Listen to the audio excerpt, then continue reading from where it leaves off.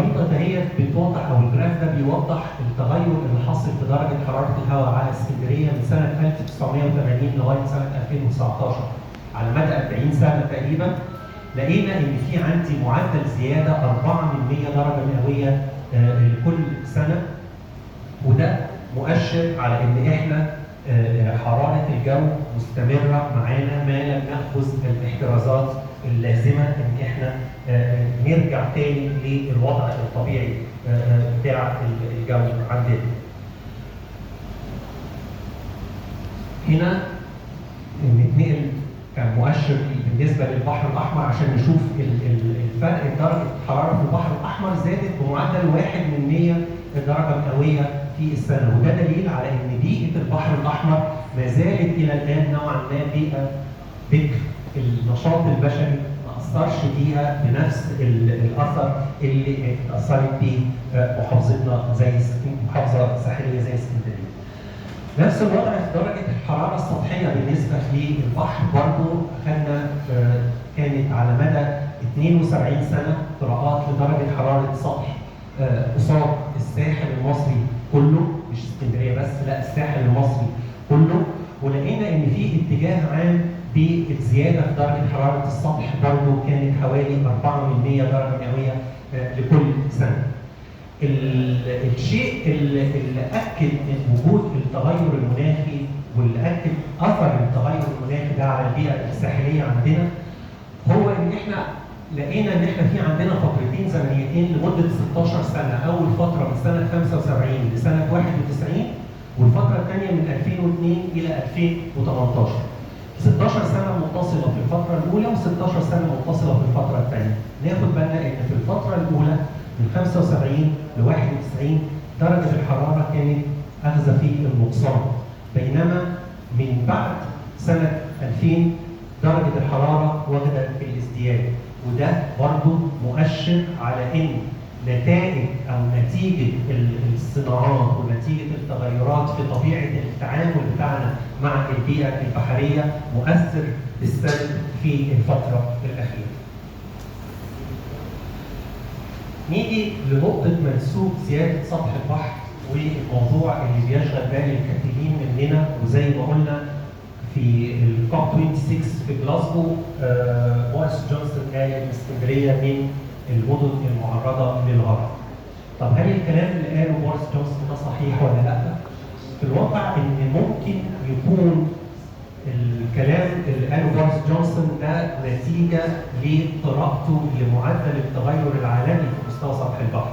احنا عندنا معدل الزياده في المنسوب العام لمستوى سطح البحر على مستوى العالم حاليا بيصل الى 1.8 ملم في السنه. لكن انا لما اجي احكم على معدل الزياده في المنطقه بتاعتي انا بتكلم على حاجه اسمها منسوب سطح البحر النسبي. ليه؟ لان انا كل منطقه بحريه عندي وكل منطقه ساحليه بيكون ليها عوامل مش موجوده في منطقه ثانيه. حتى المملكه المتحده نفسها بطبيعتها الارضيه بنلاقي ان الجزء الشمالي منها منطقه اسكتلندا مش بتتاثر بحاجه اسمها زياده في منسوب سطح البحر، لان الارض هناك بتعلى، فبالتالي ما يشعروش بمشكله زي دي. بينما الجزء الجنوبي الغربي في المملكه المتحده منطقه بورتسماوث وبلايموث نلاقي ان هم بيشعروا بالموضوع ده لان الارض هناك فيها معدل هبوط عالي، فيشعروا بمشكله زي مشكله زياده منسوب سطح البحر. يبقى اذا انا علشان احكم بشكل دقيق على الموضوع ده لازم ابص لكلمه النسبي، يعني بالنسبه لي انا ايه الوضع؟ فالدراسه هنا مسكنا ساحل البحر المتوسط كله من اول السلوم لحد بورسعيد وشفنا المعدلات بتاعه الزياده عندنا. هل احنا بننكر ان احنا عندنا زياده في منسوب سطح البحر؟ لا، مش بننكر الموضوع ده هو. لكن بنقول ان احنا الزياده عندنا النتائج بتاعتنا اثبتت ان منسوب الزياده عندنا هو 3.2 ملم في السنه. طيب لما اجي اقارن القيمه دهيت هل اقارنها بالمستوى العالمي ولا اقارنها بحاجه قريبه مني؟ اقارنها بحاجه قريبه مني. هقارنها بحوض شرق البحر المتوسط اللي هو بيشمل عندي ليبيا، بيشمل اليونان، بيشمل تركيا، بيشمل لبنان، بيشمل سواحل فلسطين. هلاقي ان معدل الزياده في حوض شرق البحر المتوسط بتتراوح ما بين 4 الى 16 ملم في السنه. انا بالنسبه لي بقول ان انا عندي 3.2 ملم في السنه، يبقى اذا انا اقل من المعدل النسبي بتاع المنطقه اللي انا فيها. هل ده يقول خلاص بقى احنا كده نبقى مطمئنين وكله في السليم وكله تمام الحمد لله؟ الحمد لله طبعا على كل حال، لكن ده يدينا حافز ان احنا نعمل على يا اما ان احنا نثبت المعدل ده، او ان احنا نعمل على ان احنا نعمل تعزيز لسواحلنا بطرق معينه علشان نجابه اي زياده في منسوب سطح البحر النسبي وارتفاعاته بالنسبه للمنطقه عندنا. من اثار التغيرات المناخيه اللي احنا بنشهدها في اسكندريه تحديدا هو تغير نمط المطر عندنا. تغير نمط المطر عندنا، احنا اسكندريه واخدين على ان احنا فصل الشتاء بيكون هو فصل الامطار، وفصل الصيف هو بيكون الفصل البكيء اللي ما فيهوش اي نوع من انواع المطر. الدراسه هنا اخذت فتره زمنيه من سنه 1980 لسنه 2019، لقينا ان احنا المعدل العام بتاع المطر اللي هو باللون الازرق ماشي معايا زياده، وزياده طبيعيه ما فيهاش مشكله، لكن عدد الايام المطيره في فصل الشتاء عندنا قل. عدد الايام المطيره قل. وفي المقابل لقينا ان في زياده حاصله في عدد الايام المطيره اللي احنا بنبدا نحس بيها في فصل الصيف، على عكس ما هو متوقع، لان المفروض ان انا عندي معدل الزياده في فصل الصيف يكون ثابت، لان تقريبا احنا ما بنستقبلش امطار خالص خلال فصل الصيف. الشهور هنا اللي احنا بصينا عليها كانت الفتره اللي هي من ابريل لسبتمبر كفصل دافئ، وفصل الشتاء من اكتوبر لمارس. وده يمكن اللي احنا لاحظناه في الكام سنه اللي فاتت، ان الشتاء بيجي ممكن العدد الايام المطيره بتاعته بتكون صغيره، لكن بنستقبل فيها كميه ميه كبيره. وده بالتالي بيعمل تغيير في نمط الامطار اللي احنا بنستقبلها، وده ممكن بيكون ليه تاثير سلبي على حاجات كتير جدا زي موضوعات الملاحه، زي موضوعات الزراعه اللي في المناطق الزراعيه في الظهير بتاع اسكندريه.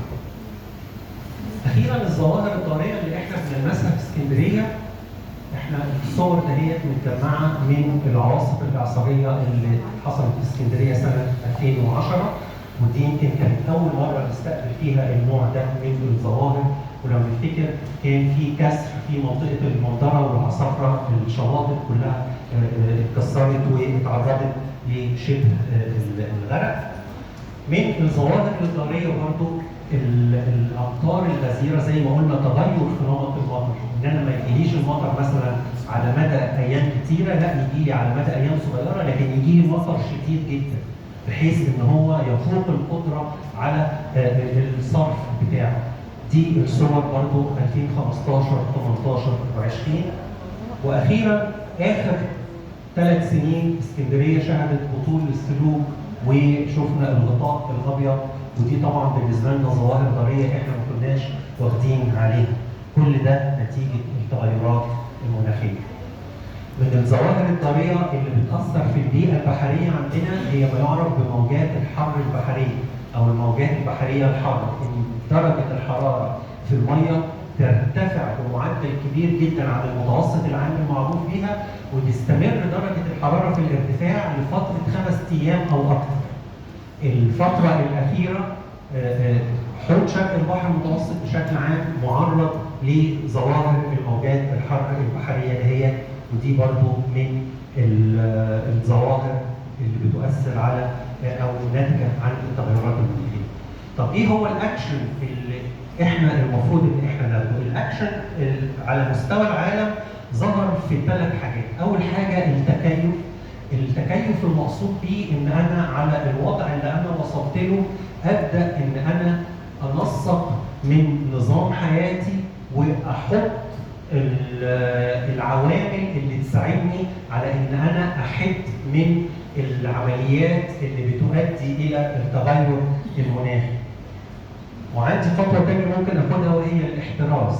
الاحتراز المقصود به ان انا اسن من القوانين والتشريعات ما يمنع حدوث المؤثر اللي بيوصلني في الاخر للتغيرات المناخيه. سواء التكيف او الاحتراز دي نقطتين بتتم مناقشتهم بشكل عام فيما يعرف بمؤتمر الاطراف او مؤتمرات الكوب. مؤتمرات الكوب فرصه ان رؤساء العالم كلهم بيجتمعوا، بيحطوا الخطط ويحطوا هم هيعملوا ايه ويحترزوا ازاي او يعملوا عمليات التكيف ازاي. مع كل السلبيات اللي احنا ذكرناها الا ان موضوع التغيرات المناخيه فتح باب للفرص في تفكير في حاجات كتيره جدا علشان نعمل تجويد في المناخ بتاعنا وفي حاله الجو عندنا، وان احنا نحاول ان احنا نرجع الوضع لما كان عليه. سواء من ان انا ببص لعمليه الاستدامه ديت في الطرق، في المباني، في ان انا استخدم مصادر طاقه جديده ومتجدده استخداما للوقود الاحفوري، او ان انا احقق قاعده اعاده الاستخدام واعاده التدوير. في بعض الدول بيتم فرض ضرائب على المؤسسات الغير ملتزمه بانبعاثات بنسب معينه من غازات الدفيئه، وان انا في المجال الزراعي بحسن من جوده او نوعيه البذور والحاجات اللي انا بستخدمها في الزراعات، ان انا اعمل محاصيل مقاومه للتغير في درجه الحراره، مقاومه لموضوع الندره في الميه، وبيفتح لي المجال في التفكير على مستوى البحث العلمي والتطوير فيه. واخيرا في مصطلحين ظهروا عندنا نتيجه العمل على مجابهه التغيرات المناخيه، وهو اول مصطلح وهو الاقتصاد الاخضر. الاقتصاد الاخضر هو مصطلح ظهر على مستوى العالم سنه 2011، وبنعني بيه ازاي ان انا اعمل عمليات تنميه واستثمار على سطح الكره الارضيه بما لا يضر البيئه بتاعتي وبما لا يضر مناخ الكره الارضيه.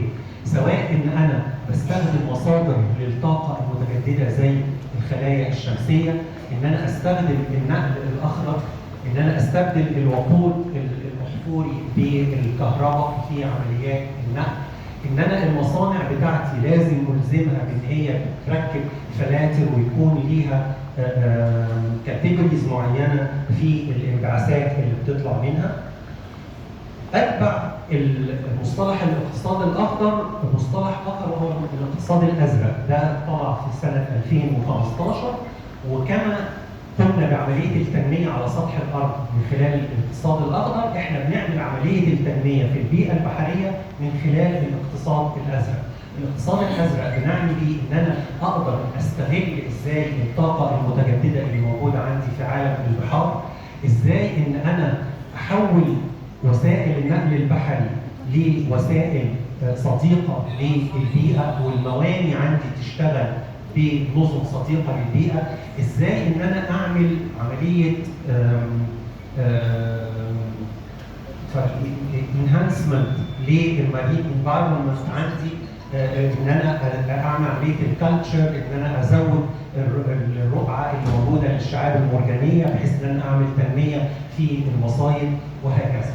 يبقى اذا على الرغم من كل الاثار السلبيه للتغيرات المناخيه الا ان هي زي ما قلنا فتحت باب لفرص في التفكير في ان احنا ازاي نقدر نرجع تاني بالمناخ بتاعنا لحالته شبه الطبيعيه، مش هنقول الطبيعيه.